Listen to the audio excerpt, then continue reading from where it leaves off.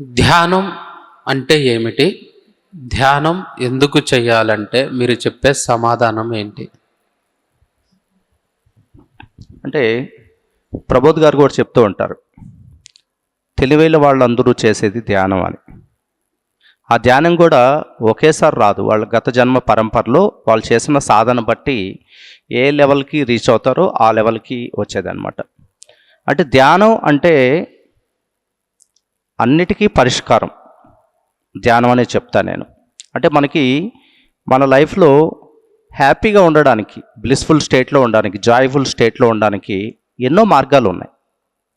ఆ మార్గాల్లో ధ్యానం అనేది చాలా గొప్పది.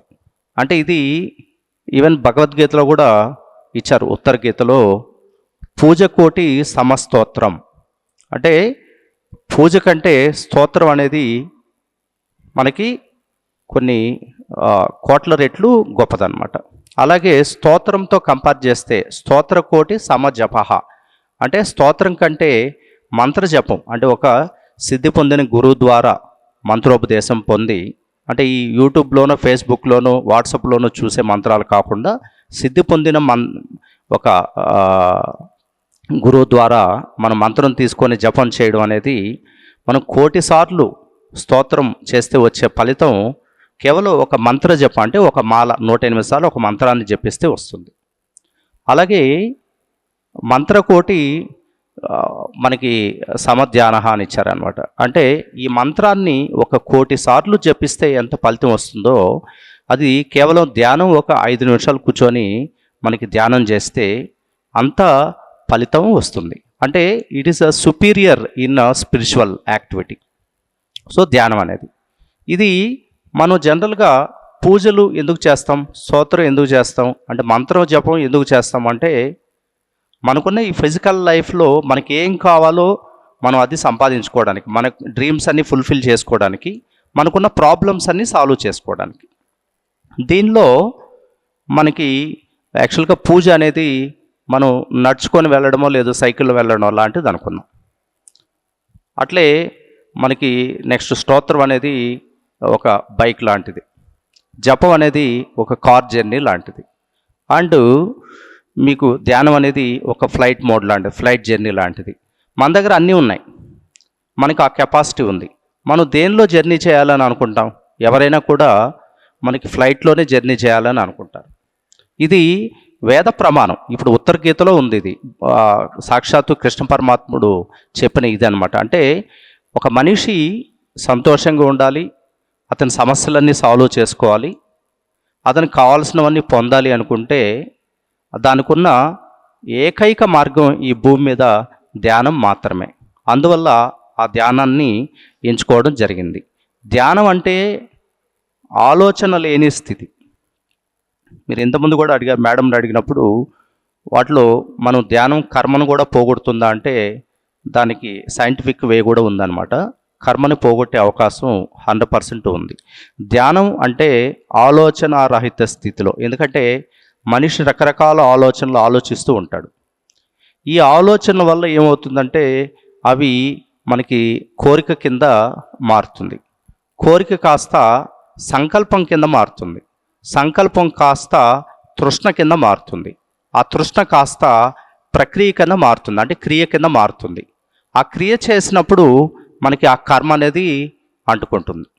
సో మనం తెలుసో తెలియకో ఎన్నో జన్మల్లో చేసుకున్న కర్మలన్నిటి కూడా మనం ఎప్పుడైతే ఆలోచన రహిత స్థితిలో గడుపుతామో, ఆత్మస్థితిలో పరమాత్మ స్థితిలో గడుపుతామో, అప్పుడు మన మీద ఉన్న కర్మ ఏదైతే ఉందో అది మన మీద మేనిఫెస్ట్ అవ్వదన్నమాట. అండ్ ఈ మనకి వశిష్ఠ గీతలో కూడా చెప్పారు ఏంటంటే, ఒక్క క్షణం పాటు ఆత్మతో మమేకమై మనం ధ్యాన సాధన చేస్తే ఒక గోదానం ఇచ్చిన ఫలితం మనకి దక్కుతుంది అని ఇచ్చాడు. అంటే 1 నిమిషం పాటు అనుకుందాం. సో అదే 5 నిమిషాల పాటు ధ్యానం చేస్తే, మామూలుగా అయితే క్యాలిక్యులేషన్ ప్రకారం అయితే మనకి 1 నిమిషం పాటు 1 గోవుని దానం ఇచ్చిన ఫలితం అయితే 5 నిమిషాల్లో 5 గోవుల్ని దానం ఇచ్చిన ఫలితం దక్కాలి. కానీ వశిష్ఠ గీత ప్రమాణంగా 5 నిమిషాలు ధ్యానం చేస్తే 1,00,000 గోవుల్ని దానం ఇచ్చిన ఫలితం మనకి దక్కుతుందన్నమాట. అంటే ఈ లైఫ్ అంతా కూడా పుణ్యం పాపం అనే బ్యాలెన్స్ని బట్టి, బ్యాడ్ కర్మ గుడ్ కర్మ అనే దాన్ని బట్టి బ్యాలెన్స్ అవుతూ ఉంటుంది. మనం గతంలో చేసినవి బ్యాడ్ కర్మ ఎక్కువ ఉంటే అది మనకి బ్యాడ్ లైఫ్ని ఇస్తుంది. అదే మనకి గుడ్ కర్మ ఉంటే గుడ్ లైఫ్ని ఇస్తుంది అనమాట.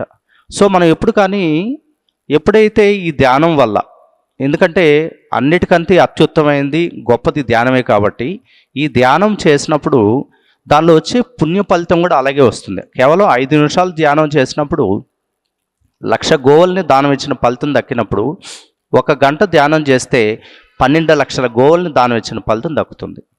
అలాగే ఒక సాధకుడు రోజుకి గుడాకేశ సాధకుడు దాదాపు 8 గంటల పాటు మినిమం సాధన చేయడం జరుగుతుంది. 8 × 12 లక్షలు ఒకసారి లెక్కేసుకోండి, దాదాపు 96 లక్షలు. అంటే ఒక రోజుకి 1 కోటి ఆవుల్ని, 1 కోటి గోవుల్ని దానం ఇచ్చిన ఫలితం మన అకౌంట్లో ఆటోమేటిక్గా పడుతుంది. అప్పుడు ఆటోమేటిక్గా ఈ కర్మ అనేది ఏదైతే ఉందో అది ఆటోమేటిక్గా నశించిపోతుంది అనమాట. అంటే ఈ భూమి మీద మనిషి హ్యాపీగా ఉండడానికి కావాల్సిన అన్నీ ఇవ్వడానికి ఉన్న ఏకైక సాధనం ఏదైనా ఉందంటే అది ధ్యానం మాత్రమే. ఇంకోటి, ధ్యానమే ఎందుకు చేయాలి? మిగతా ఎన్నో మార్గాలు ఉన్నాయి మనిషి హ్యాపీగా ఉండడానికి. అంటే మిగతా వాటిలో అది తాత్కాలికమైన పరిష్కారం ఉంటుంది. ఇప్పుడు మనకి హెల్త్ బాగాలేదనుకోండి, మనం హాస్పిటల్కి వెళ్తాం. అంటే మనకి చదువు బాగా రావాలనుకోండి, రోజుకి ఎడ్యుకేషనల్ ఇన్స్టిట్యూషన్లో ఇచ్చేస్తాం. మనకి హెల్త్ బాగుండాలనుకోండి, ఒక జిమ్కి వెళ్తాం. కానీ ధ్యానంలో ఉన్న గొప్పతనం ఏంటంటే అన్నీ కూడా దీనిలోనే దొరుకుతాయి. అసలు ఆ మనిషి ధ్యానం చేస్తే చాలు, అతనికి ఏం కావాలో లైఫ్లో ఉన్న సమస్యలన్నీ ఆటోమేటిక్గా ఈ పుణ్యశక్తి వల్ల పరిష్కారం అయిపోతాయి. వాళ్ళకి కావాల్సినవన్నీ కూడా చాలా ఫాస్ట్గా మేనిఫెస్ట్ అయిపోతాయి. ధ్యానానికి ఉన్న గొప్పతనం అదే అనమాట. ధ్యానం యొక్క మహిమ, గొప్పతనం అది. అందువల్ల ఎవరైనా తెలివైన వాళ్ళు ధ్యానమే చేయాలి అని నేను మనస్ఫూర్తిగా చెప్తానన్నమాట. మీరు ధ్యానం చాలా గొప్పదని చెప్తున్నారు కదా, ధ్యానం గొప్పదంటారా? విగ్రహారాధన, పూజలు, హోమాలు గొప్పదంటారా? నేను ఇప్పుడే దాని గురించి చెప్పాను. భగవద్గీతలో ఉత్తరగీతలు ఇచ్చారు అని. పూజలు, విగ్రహారాధన, వ్రతాలు, నోములు ఇవన్నీ కూడా స్పిరిచువాలిటీలో బేసిక్ లెవెల్ అనమాట. అంటే అలా అని అవి తప్పేం కాదు. మనకి ప్రబోధ్ గారు కూడా చెప్పినట్లు అసలు చిన్నపిల్లలకి వాళ్ళకి ఓనమహాల్ తెలియదు. వాళ్ళకి పిహెచ్డి లెవెల్లో సబ్జెక్టు నేర్పియాలంటే వాళ్ళకి అర్థం కాదు. అప్పుడు ఖచ్చితంగా వాళ్ళు ఏబిసిడి నుంచే రావాలి. సో ఆ ఏబిసిడి అనేది ఇక్కడ పూజ అని అనుకోవచ్చు. సో కాబట్టి ఏంటంటే వీటన్నిటికంటే కూడా పూజ కంటే 1,00,00,000 రెట్లు గొప్పది స్తోత్రం, స్తోత్రం కంటే 1,00,00,000 రెట్లు గొప్పది జపం, జపం కంటే 1,00,00,000 రెట్లు గొప్పది ధ్యానం. ఇది కూడా ధ్యానం అందరికీ రాదు. ఎవరెవరు ఏ స్టేజ్కి వచ్చారు, ఫస్ట్ పూజలో ఎవరైతే భక్తి శ్రద్ధలతో దైవారాధనలో, విగ్రహారాధనలో ఉంటారో వాళ్ళకి స్తోత్రం అనేది నెక్స్ట్ జన్మలో ఇవ్వడం జరుగుతుంది.